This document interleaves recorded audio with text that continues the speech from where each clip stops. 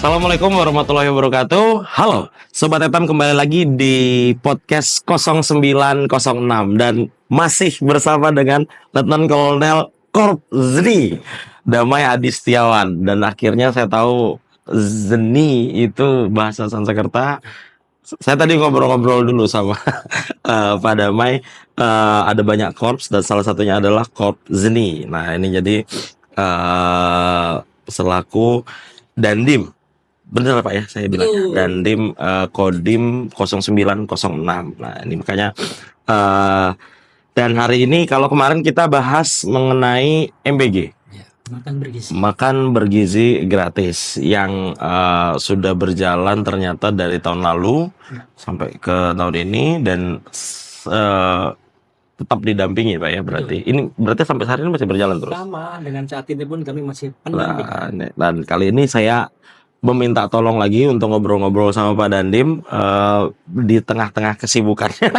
Dan kali ini yang kita bahas adalah tentang luas tambah tanam dan juga program serap gabah petani. Nah, ini mungkin sergap namanya ya. Oh, disingkat ya. Luas tambah tanam disingkat LTT dan juga serap gabah petani disingkat jadi sergap. Wah, ini mungkin banyak teman-teman yang belum tahu, termasuk saya juga belum tahu, tapi tadi saya sudah nanya-nanya sedikit. Boleh diceritakan sedikit nggak Pak tentang apa sih LTT itu dan apa sih sebenarnya serap gabah petani atau sergap ini Pak? Boleh Pak, silakan.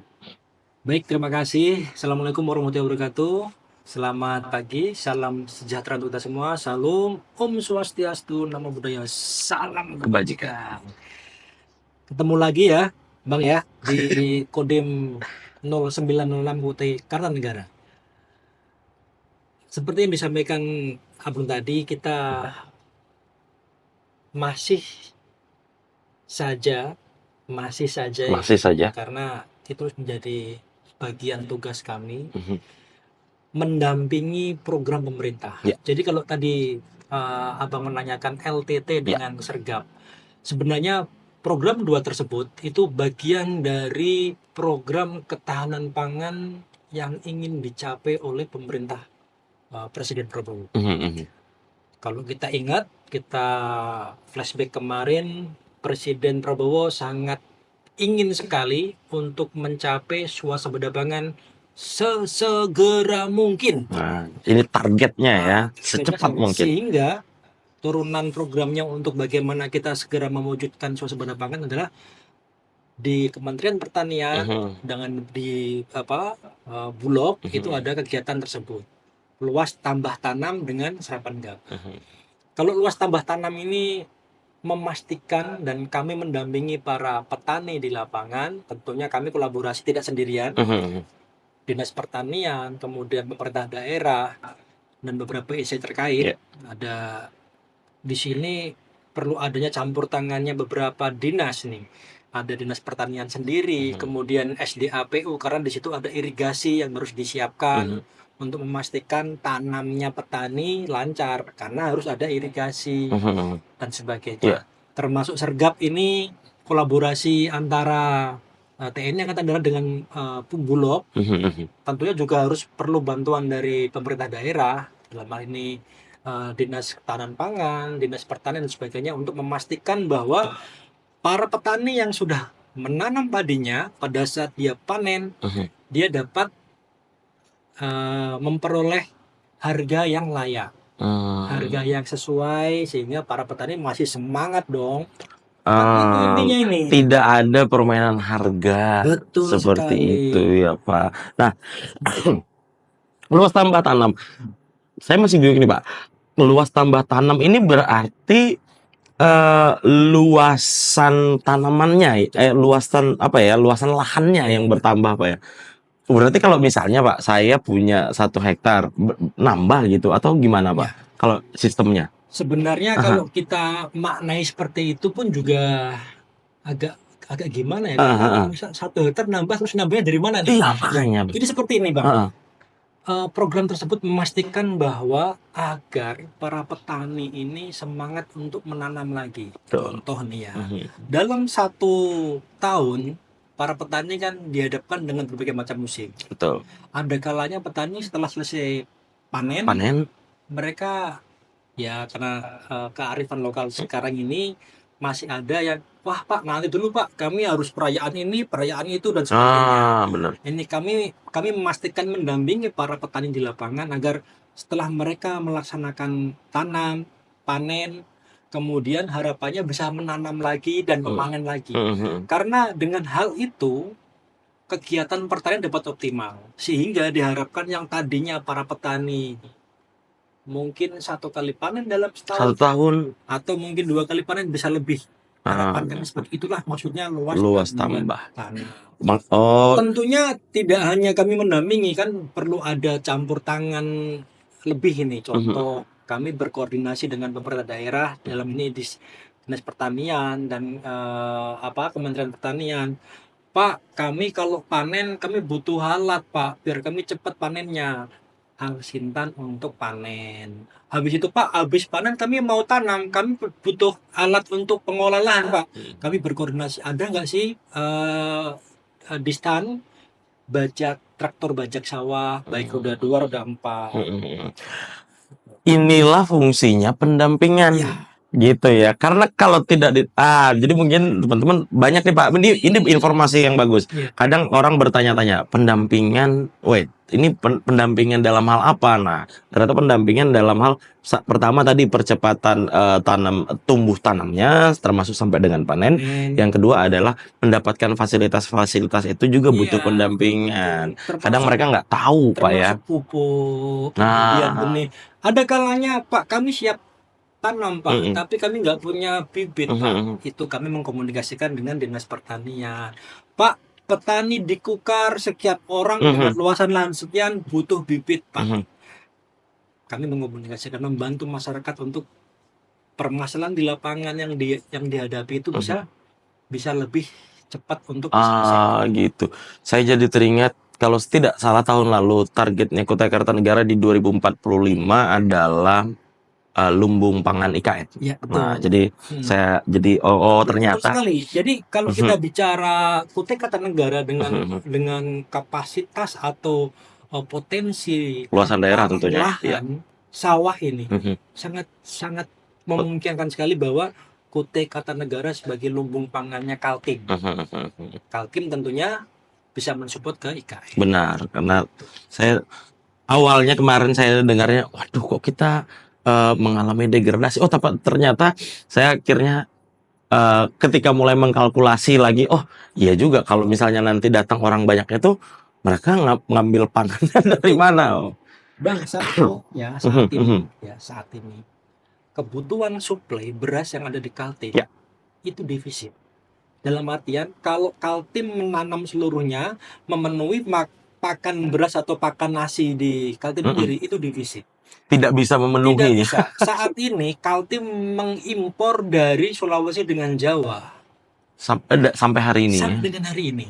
Sehingga harapannya bila para petani yang ada di Kaltim ini bisa optimal Optimal. dalam melaksanakan tanam, Mhm. panen padi dan sebagainya itu bisa memenuhi kebutuhan pangannya. Paling tidak yang dikejar swasembada di provinsinya dulu Betul ya. sekali.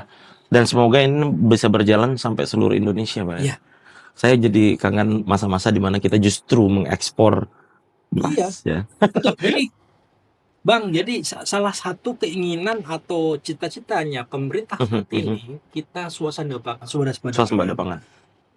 Implikasinya apa? Mhm. Kebutuhan pangan terpenuhi dan harapannya kita menjadi eksportir Salah satu beras. eksportir beras terbesar Betul, mungkin ya. penghasil beras lah di Asia ini. Harapannya di dunia Iya, iya, ya. iya. Ke Bisa depan. mengalahkan Thailand atau Vietnam seperti Betul. itu. Ya, saya jadi ini ya menarik ya karena percepatan percepatan tumbuh tanamnya pangan ya saat ini yang dikejar oleh pemerintah pusat yang coba diaplikasikan di kabupaten melalui pendampingan oleh Kodim 0906. Nah, Pak, melihat tadi kita udah bahas hamparan. Sejauh ini, Pak, ini udah berapa lama berjalan programnya? Apa baru aja dimulai atau seperti apa, Pak? Jadi program Mhm. luas tambah tanam ini LTT ini muncul sebenarnya kegiatan ketahanan pangan sudah mulai dari tahun kemarin. Oh. Itu pemerintah dalam hari ini pemerintah pusat, Kementerian Mhm. Pertanian ada kegiatan optimalisasi lahan, Mhm. kemudian ada pompanisasi, pipanisasi itu untuk menstimulus, memberikan support kepada para petani. Oh iya. Kemudian di tahun ini ada program LTT, luas tambah tanam, yang diharapkan masih kelanjutan seperti dengan tahun kemarin 2024. Cuma lebih fokus Ya, lagi ya. sekarang lebih fokus Iya, lagi. iya. Nah, dengan harapan tentunya seperti tadi itu. Ending goal-nya adalah swasembada pangan. Kemudian paling tidak para petani, para masyarakat ini terjamin kedaulatan pangannya.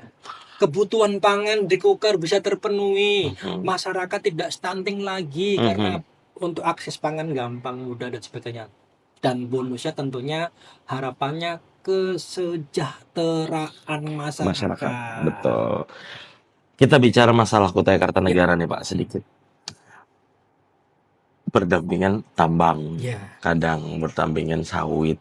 Kalau ngelihat potensi pertanian nih Pak di Kutai Kartanegara, karena berarti tahun ini udah berjalan sekian bulan nih, pasti udah ada ngelihat.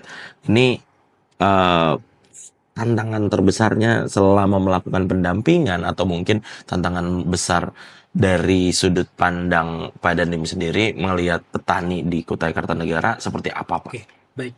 Sebelum saya bicara tantangan, saya akan menyampaikan kepada masyarakat bahwa Bang, Kutai Kartanegara merupakan penghasil beras yang dominan, yang paling utama di Kaltim ini. Kutai Kartanegara, Pasir, PPU, Kutai Kartanegara. 3 wilayah ini adalah penghasil penyumbang beras terbesar di Kaltim. Kalau sesuai dengan data yang ada, di 2024 71.804 hektar itu potensi wilayah yang ada di Kaltim. Itu di Kaltim. Hampir setengahnya itu di Kukar. Dari 71.000 sekian hektar. Ya, itu kita bicara potensi ya. Terus tantangannya apa? Sangat besar sekali. Ya. Nah, nih. Yang tadi disinggung kan ada tambang dan sebagainya. Iya Pak. Gimana kalau ngelihatnya? Sebelum saya bicara tambang, saya bicara geografi atau cuaca yang ada di tim sendiri. Dengan cuaca yang sebenarnya kalau kita melihat tahun kemarin dengan sekarang, curah hujannya cukup bagus. Kita hampir disiram diguyur hujan dalam 1 tahun ini. Oh, itu bagus Pak kalau yang ini Pak? Bagus karena untuk pertanian, untuk tanam padi ini membutuhkan curah hujan tinggi. Sekali. Namun saat ini 90% sawah yang ada di Kutai Kartanegara itu sawah tanda hujan. Mungkin tahun ini dan tahun kemarin masih aman karena curah hujan masih menguntungkan. Bila dihadapkan dengan adanya El Nino dan sebagainya, itu saat ini masyarakat yang hanya bergantung dengan sawah tanda hujan itu pada saat musim kemarau payah mereka. Namun ada namunnya nih, ya kan? Kalau kita bicara LTT dengan Sergap, itu programnya dari pemerintah pusat. Nah, saat ini ya, tahun ini kami masuk ke tahun keempat. Tahun keempat kerjasama antara Kodim dengan pemerintah daerah. Untuk dalam hal apa nih? Dalam hal pertanian. Oh, pendampingan pertanian ini tadi. Pemkab Kukar saya sangat apresiasi sekali. Dalam program yang ada, mereka sangat concern sekali dengan pertanian. Pemkab menyadari bahwa sumber daya alam yang ada di Kukar bisa habis. Mau tidak mau, suka tidak suka, bila dieksploitasi terus-menerus, itu akan habis. Pasti habis. Sehingga mereka berpikir ada energi yang terbarukan dan sebagainya, termasuk bagaimana sih kalau nanti sudah habis ini kita mau bergantung dengan apa? Betul. Salah satunya adalah pertanian. Betul. Memang program yang ada saat ini, contoh tahun kemarin kami melaksanakan TNI Manunggal Membangun Desa atau TMMD. Ya, TMMD. Kalau dulu kegiatan tersebut berkolaborasi antara TNI dengan pemerintah daerah untuk membantu masyarakat. Nah, TMMD yang kami garap, kami fokus kepada ketahanan pangan. Kami di situ melaksanakan pembangunan jalan usaha tani, jembatan penghubung, cek dam pintu air, perbaikan irigasi, termasuk pengoboran sumur bor yang kami tujukan khusus untuk para petani. Sumur bor tersebut dengan konsep energi terbarukan dengan menggunakan tenaga surya. Dalam satu sumur ini, at least sesuai dengan kalkulasi kami, bisa mengairi lahan sawah kurang lebih 10 hektar di sekitar sumur tersebut. Pak, maaf saya potong. Kalau di tempat lain yang sawahnya bagus, itu irigasinya dari sungai, Pak? Saat ini ada yang dari sungai, ada yang dari ada hujan. Sehingga Kalau tak ada hujan kan memang murni dia berharap dari hujan. dari hujan. Betul. Kalau yang pada umumnya itu dari sungai, Sungai. gitu, Pak. Ya, Oh, sungai. kelemahan kita berarti di situ. Salah satunya itu. Kita tidak punya sungai kecil untuk ngalirin atau danau atau seperti apa? Sudah ada. Jadi sudah ada sungai primer, tentunya sungai Mahakam kita punya sungai yang sangat luar biasa. Pasang surutnya sungai Mahakam bisa juga untuk pengaliran irigasi. Oh, gitu. Saat ini kan memang ada pembagian tugas tanggung jawab untuk perawatan sungai tersebut. Sungai primer sepun dari tanggung jawabnya BWS dari pusat, dari provinsi. Nah, sisanya sungai-sungai yang tersier, anak-anak cabangnya lah, itu tanggung jawabnya dari Pemkab sendiri. Ya. Saat ini pun selain tadi yang saya sampaikan jalan usaha ini dan sebagainya, kami juga melaksanakan normalisasi sungai. Sebanyak itu, Pak ya? Iya. Anggota TNI berapa banyak? Saat ini kami ada 300-an. Itu kan nyebar seluruhnya di seluruh kecamatan. Berarti hampir kayak Palu Gada, Pak ya, maksudnya? Iya. Semua. Memang sebenarnya kami sangat terbantu sekali oleh masyarakat. Karena kegiatan yang kami laksanakan tidak sendirian, Bang. Oh iya, kalau dilaksanakan sendiri nggak, Kami tidak mampu. Sehingga sebenarnya yang bekerja pun masyarakat. Oh iya. Tapi paling tidak ada bantuan dari TNI secara langsung. Iya, yang kami hadir di tengah-tengah masyarakat, tengah petani. Dan kesempatan ini pula kami ingin mengucapkan terima kasih, Bang, kepada para dan ramil kami, Bang.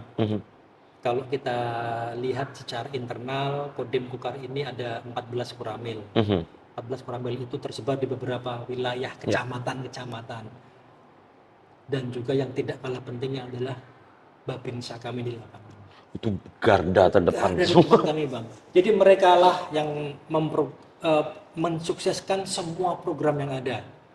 Internal kami sendiri, LTT ini, Sergap ini. Siapa yang mengawal? Para Babinsa kami, Bang. Karena mereka yang langsung bersentuhan. Jadi, izin mengucapkan terima kasih dan apresiasi untuk anggota kami, para Babinsa di lapangan. Karena dengan perannya para Babinsa, para dan ramil di lapangan, semua program ini bisa terlaksana. Eksekutornya itu para Babinsa. Mereka garda terdepan, terdepan. Orang yang berada bersentuhan langsung. Terima kasih para Babinsa, tetap semangat dan lanjutkan terus pengabdian kepada masyarakat, bangsa dan negara. Bravo Babinsa. Luar biasa. Apresiasi yang tinggi-tingginya kepada garda terdepan. Tadi apa? Dan ramil ya. Dan ramil, Babinsa, mereka lah yang langsung bersentuhan dalam masyarakat. Banyak yang kita bahas sampai lupa sedikit. Ada satu program yang saudara tadi agak terlewat, serap gabah petani. Apa nih Pak? Tadi sudah disinggung sedikit koordinasi kepada bersama dengan Bulog mengenai menahan fluktuasi harga berarti kan saat ini, atau tanda kutip permainan harga yang ada di pasar. Nah ini peran TNI sejauh ini untuk melakukan pendampingan seperti apa? Baik, program Sergap ini atau serapan gabah ini, Bang, salah satu bagian dari ketahanan pangan yang digagas oleh Presiden.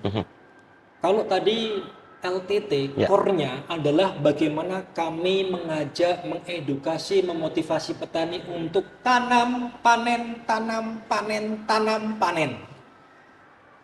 Cemana kalau panen, mereka nggak bisa jual gabahnya. Habis itu dipanen, harganya gabah hancur, drop.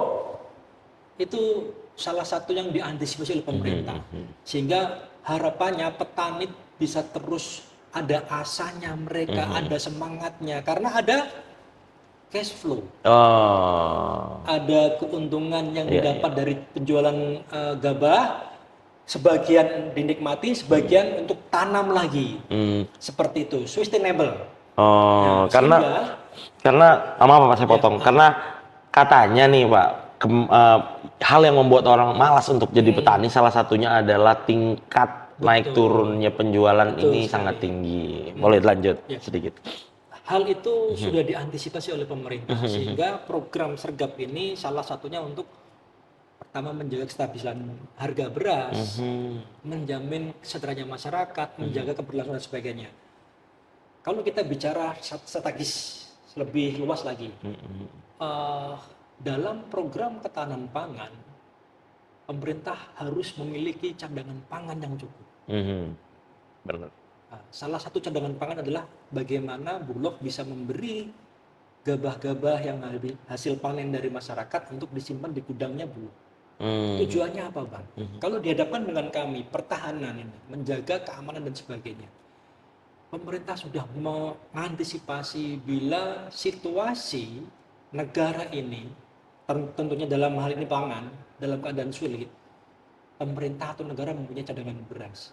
Contoh, di next year atau tahun selanjutnya, bila terjadi El Nino yang sangat luar biasa, atau ada saat ini negara-negara pengekspor beras sudah mulai mengurangi ekspornya, mengurangi pasokan keluarnya. Sehingga diharapkan dengan adanya cadangan beras, dengan situasi krisis dan sebagainya, pemerintah masih punya cadangan beras untuk memberikan kepada masyarakat. Paling tidak menjaga harganya tidak terlalu tinggi dengan adanya cadangan beras.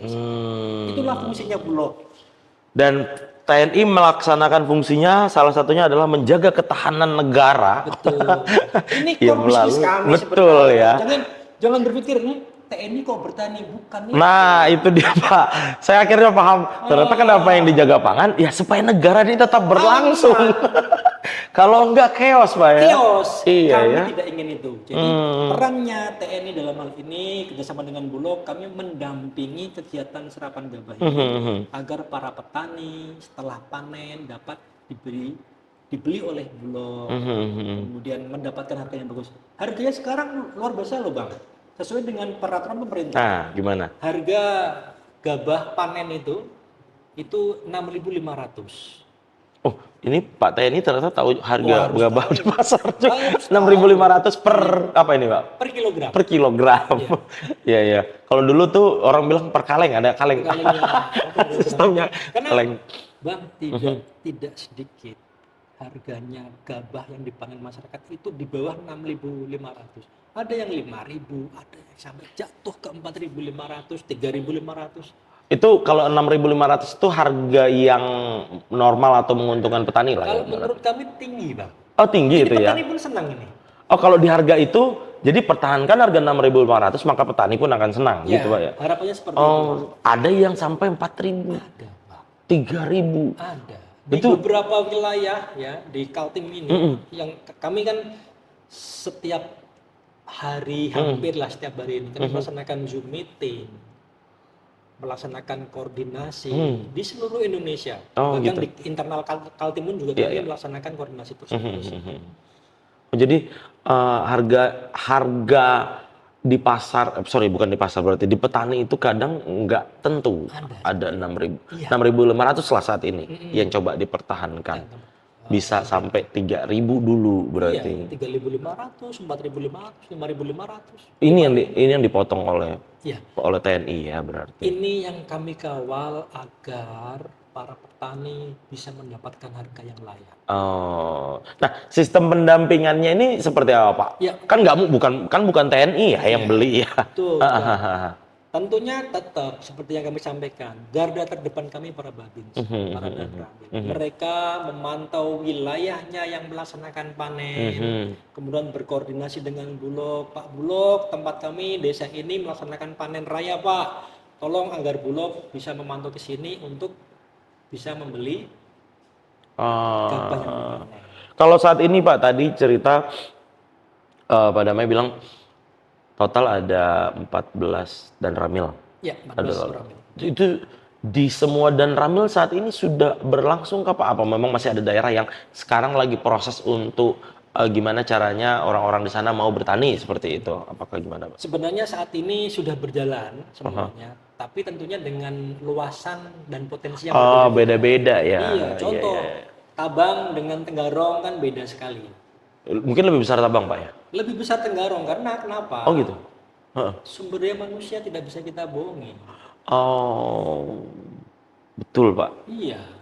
Iya. Jadi kalau dilihat dari jumlah penduduk kemungkinan 10.000 lah di Tabang. Tabang sana. Kalau di Tenggarong bisa sampai 80.000 Iya ya. penduduknya. Lebih mungkin kali ya untuk saat ini. Tapi kalau tempat-tempat kayak Tenggarong seberang sama Lok Hulu ya, Bukit Biru ya, Iya. Pak? Itu kan lumayan banyak tuh untuk Itu sudah banyak, Pak. iya, Jadi iya. perlu diketahui program pemerintah saat ini, pemerintah daerah terutama ya, menginisiasi untuk membuat kawasan pertanian terintegrasi. Nah, ini gimana nih, Itu Pak? ada 5 kawasan yang sudah disiapkan oleh Pemkab UKA. Ada Muara Kamang, Iya. Lok Hulu, Tenggarong Seberang, Tenggarong, kemudian Muara Badak sana itu sudah konsepnya sudah mulai dirintis dari sekarang. Nah, maksudnya terintegrasi gimana? Terintegrasi di situ gini. eh, Ini program, maaf Pak, saya potong, ini programnya Pemkab Pak ya? Pemkab ini. Oke, berarti terobosan sendiri. Ya, jadi dalam siklus pertanian itu yang tertinggi itu adalah peternakan. Memang ini kalau kita sebut pertanian dalam arti luas. Oh gitu, oke. Karena penghasil atau barang yang dihasilkan oleh peternak selain daging ada fases, maaf ya. Feses, ya. Fases dengan urinnya mereka para ini nih, ternak ini. Ternaknya, Ini bisa diubah menjadi pupuk. pupuk, benar. Pupuk ini yang nantinya akan merubah seperti yang Abang tadi bilang. Dan ini berpengaruh nggak sih Dan ke lahan di sini kan banyak tambang. Sangat berpengaruh sekali. Inilah yang dicoba, yang akhirnya bisa menggemburkan tanah kembali, Betul. ibaratnya seperti itu ya. Diharapkan dengan pupuk organik ini bisa merubah tingkat pH-nya Iya. tanah lagi. Sehingga harapannya dengan pupuk yang ada yang dikembangkan secara terintegrasi itu bisa menghasilkan lebih bagus lagi. Lebih Produktivitasnya tanah lebih bagus lagi. dan lebih banyak lahan yang bisa diupayakan Betul. lagi. Jadi seperti ada itu. peternakan, ada pertanian itu ada padi, ada hortikultura, ada perikanan. Itu yang menjadi terintegrasi dalam kawasan sehingga harapannya masing-masing bagian saling mempengaruhi berhubungan. Dan terintegrasi pun tidak hanya saling berhubungan, tapi juga mungkin saling berkoordinasi juga, Pak ya. Betul. Berarti, jadi tidak perlu takut, Pak. Misalnya nanti kayak tadi maaf ada kotorannya yang bisa dimanfaatkan jadi pupuk, tapi tidak tahu mau kemana. Tenang, ada sudah daerah yang membutuhkannya. Ayo bawa ke sana. Dengan kotoran yang ada bisa diolah menjadi pupuk. Pupuk itu yang nanti disebarkan ke sawah-sawah.